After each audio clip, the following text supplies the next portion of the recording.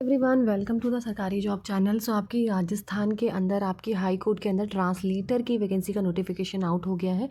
तो वीडियो अच्छी लगी तो लाइक एंड शेयर ज़रूर करिए और कोई भी डाउट हो तो आप मुझसे कमेंट सेक्शन में पूछ सकते हैं। अगर मुझे उसके बारे में आइडिया होगा तो डेफिनेटली आपको इमीडिएटली रिप्लाई मिल जाएगा। अब बात करते हैं, आपका यहाँ पर है राजस्थान उच्च न्यायालय में ट्रांसलेटर के रिक्त पदों पर सीधी भर्ती हेतु प्रतियोगी परीक्षा। तो राजस्थान हाई कोर्ट की तरफ से ये ट्रांसलेटर की पोस्ट है, जिसके अंदर आपको स्टार्टिंग की 2 साल 26,500 सैलरी फिक्स मिलेगी। फिर बाद में आपकी बढ़ जाएगी, जो आपकी L11 के अनुसार आपका पे स्केल 37,800 से लेके 1,19,700 होगा। ठीक है, बाकी सारी ऑनलाइन आवेदन करने के लिए आप www.hcraj.nic.in पर जाकर आप वहाँ पे फॉर्म फिल कर सकते हैं। फॉर्म की जो लास्ट डेट है वो बता देती हूँ, तो 29 नवंबर से आपके फॉर्म शुरू हो जाएंगे और 19 दिसंबर थर्सडे को शाम 5 बजे तक आपकी लास्ट डेट है जमा करने के लिए। ठीक है, 19 दिसंबर लास्ट डेट है आपकी जमा करने के लिए, अभी टाइम है आपके पास, तो आप सोच समझ के फिल कर सकते हैं। अब बात करते हैं, यहाँ पे आपकी परीक्षा का जो स्थान है वो आपका जोधपुर में आयोजित किया जाने वाला है। आवेदक अभ्यर्थियों की संख्या अधिक होने पर जयपुर या अन्य संभागीय मुख्यालयों पर भी परीक्षा आयोजित की जा सकती है। ठीक है, तो ज़्यादातर वैसे जोधपुर में ही होगा, पर अगर बच्चे ज़्यादा होंगे, कैंडिडेट ज़्यादा होंगे तो आसपास भी कर सकते हैं, जैसे जयपुर हो गया आपका।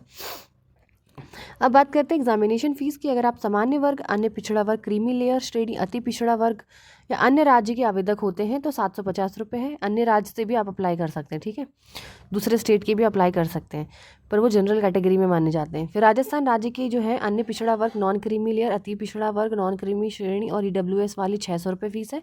बाकी जो PWBD हैं और राजस्थान राज्य की जो अनुसूचित जाति है, अनुसूचित जनजाति है और भूतपूर्व सैनिक है, एक्स सर्विसमैन, उनको 450 यहाँ पे 450 रुपये सैलरी फीस जो है वो आपको यहाँ पे मिलेगी। ठीक है, तो आप देख सकते हैं यहाँ पर वैकेंसीज़ है। अब बात करते हैं एजुकेशनल क्वालिफिकेशन की। तो यहाँ पर आपको एजुकेशनल क्वालिफिकेशन की क्या क्या ज़रूरत है, तो सबसे पहले आपको बता देती हूँ यहाँ पर, ये अगर आपने पोस्ट ग्रेजुएशन कर रखी हो इंग्लिश लिटरेचर में, किस में करना है, इंग्लिश लिटरेचर में, और कोई सब्जेक्ट नहीं होगा, सिर्फ इंग्लिश लिटरेचर में जिसने पोस्ट ग्रेजुएट कर रखी है वही अप्लाई कर सकते हैं यहाँ पर।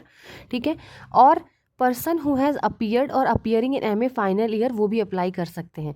मतलब जो लास्ट ईयर में है अपने MA फाइनल में, जिन्होंने इंग्लिश लिटरेचर से कर रखी हो, जो फाइनल में है जो बच्चे, या जिनका अभी अपीयर्ड मतलब चल रहा है जिनका फाइनल ईयर, तो वो भी अप्लाई कर सकते हैं इस पोस्ट के लिए। ठीक है, अब बात करते हैं, यहाँ पर आपको आवेदक को मानसिक और शारीरिक रूप से स्वस्थ होना चाहिए। उनमें किसी प्रकार का कोई ऐसा मानसिक एवं शारीरिक नुक्स यानी आपका कोई डिफेक्ट नहीं होना चाहिए आपकी फिजिकल और मेंटली हेल्थ के अंदर।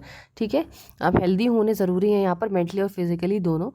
ठीक है, कौन कौन नेशनैलिटी यहाँ पे अप्लाई कर सकता है, citizen of India, citizen of Nepal और सब्जेक्ट ऑफ भूटान। ठीक है, एज की बात करते हैं तो 18 ईयर्स से लेके 40 ईयर्स तक है, 18 से लेके 40 साल तक है।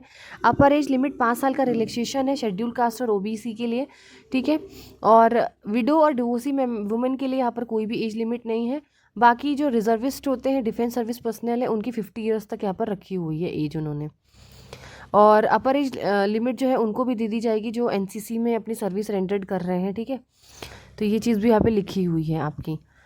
अब बात करते हैं यहाँ पर किस तरीके से डिस्क्वालिफिकेशन है, कि कोई जैसे no married candidate shall be appointed to the service if he she at the time of accepted any dowry.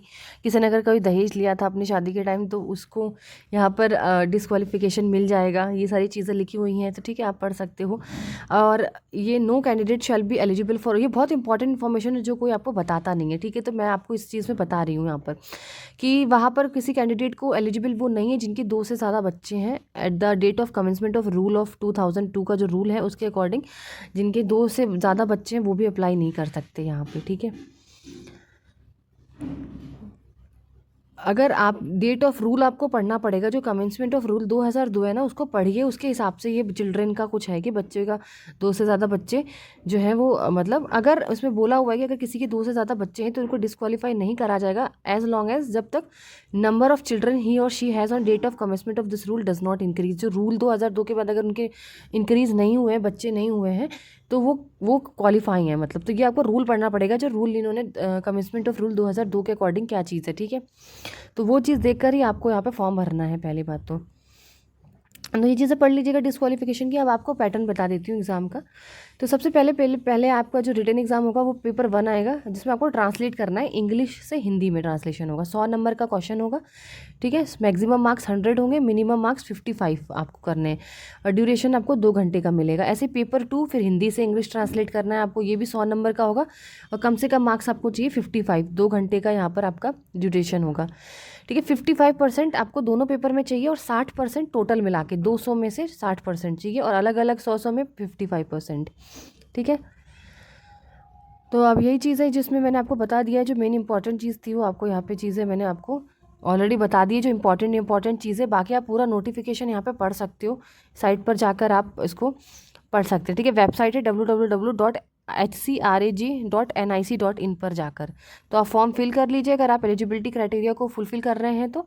बाकी कोई डाउट हो तो कमेंट सेक्शन में पूछ लीजिएगा। वीडियो अच्छा लगे तो लाइक एंड शेयर ज़रूर करिए, चैनल को सब्सक्राइब करें।